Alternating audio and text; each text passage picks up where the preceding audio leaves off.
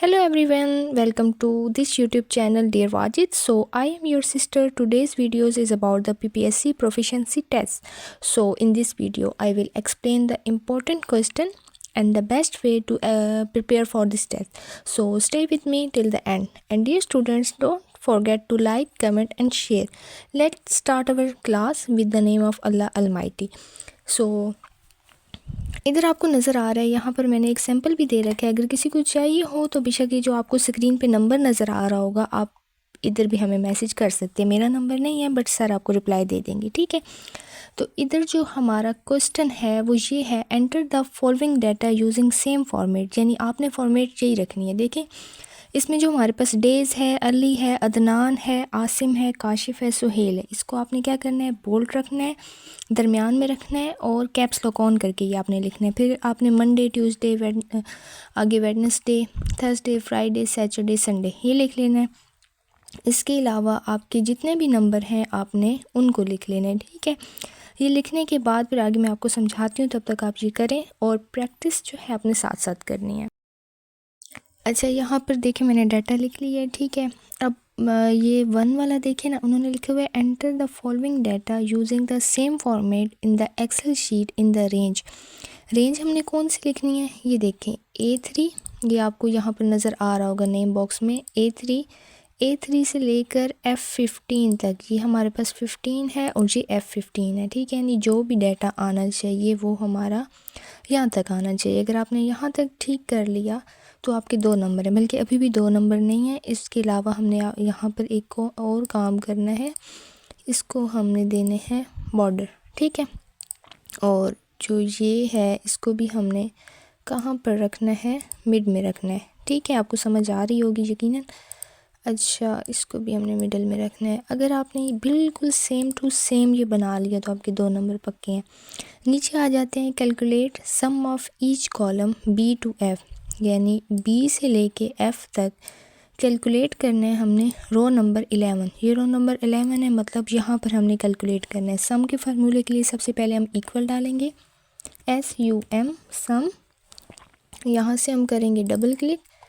अच्छा, अब हमने क्या करना है, B to F, हाँ B to F1 जो है ना, जितना भी है इन सब को हमने क्या कर देना है, टोटल कर देना है, ठीक है। अब उन्होंने हमें ये नहीं बताया था कि कौन सी मतलब कौन सी रो, कितने नंबर वाली रो से आपने करना है, ये किसको, उन्होंने सिर्फ लिखा है B to F, तो मतलब हमने इन सब को जमा करना है, ठीक है, सम करना है।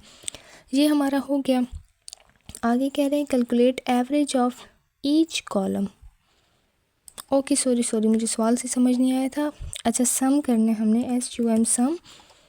अच्छा, वो कह रहे हैं ईच कॉलम, सॉरी ईच मैंने पढ़ा नहीं था, ये ईच कॉलम हमारे पास आ गया।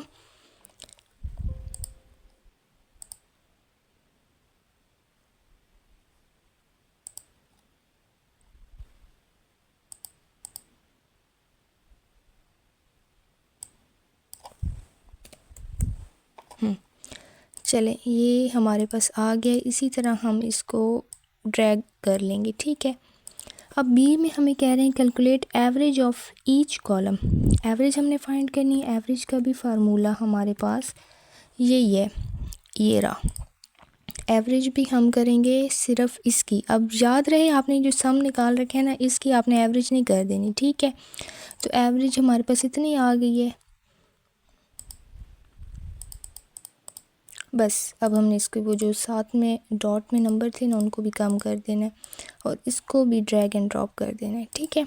अब हमारे पास आगे है calculate max of each column. Max होता है कि मैक्सिमम वैल्यू, ठीक है, यानी मैक्सिमम कितने हैं, तो वो हमने करना है इन रो, मतलब ईच कॉलम, हर एक कॉलम का रो 14 में, रो 11 12। अच्छा, 12 हमारे पास मिस थी, देखे ना, मुझे वहाँ से नज़र नहीं आ रहा, 1 मिनट। अब हमने इसको करना है रो, ये हमारे पास था रो 13 14 15 12 मिस है, ठीक है। अब हम यहाँ पर कर देते हैं मैक्सिमम करना है, ठीक है। इसको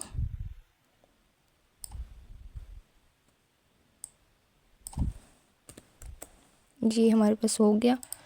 इसको भी मिडल में करके और ड्रैग एंड ड्रॉप। उन्होंने इधर हमें ये नहीं कहा था कि 12वीं रो में आपने कुछ रखना है, ठीक है। तो इसलिए जो 12वीं वाली है वो हमने खाली छोड़ दिया। आगे हैं जी मिनिमम करना है, MIN मिनिमम का आगे हमारे पास मिनिमम भी इसको इतना ही हमने करना है, ठीक है।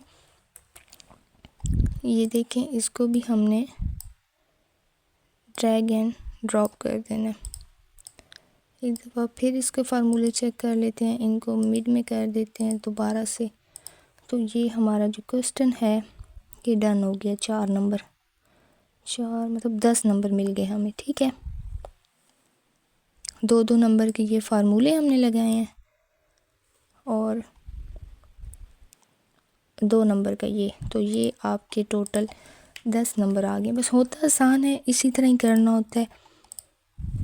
ये देखें, इसमें अब बात ये थी कि इसमें आपने फॉर्मेट यही रखना है, यानी ये चीज़ें बोल्ड हों आपकी, ठीक है, और कैप्स लॉक ऑन होना चाहिए। दूसरा, ये मिड में हो। अगर आपका बिल्कुल ऐसे होगा तो आपको 2 नंबर मिल जाएंगे। इसके बाद वो क्या चेक करेंगे, ये वाला आपने जो क्वेश्चन नंबर 2 है ये बिल्कुल ठीक किया है, बिल्कुल ठीक है हमारा।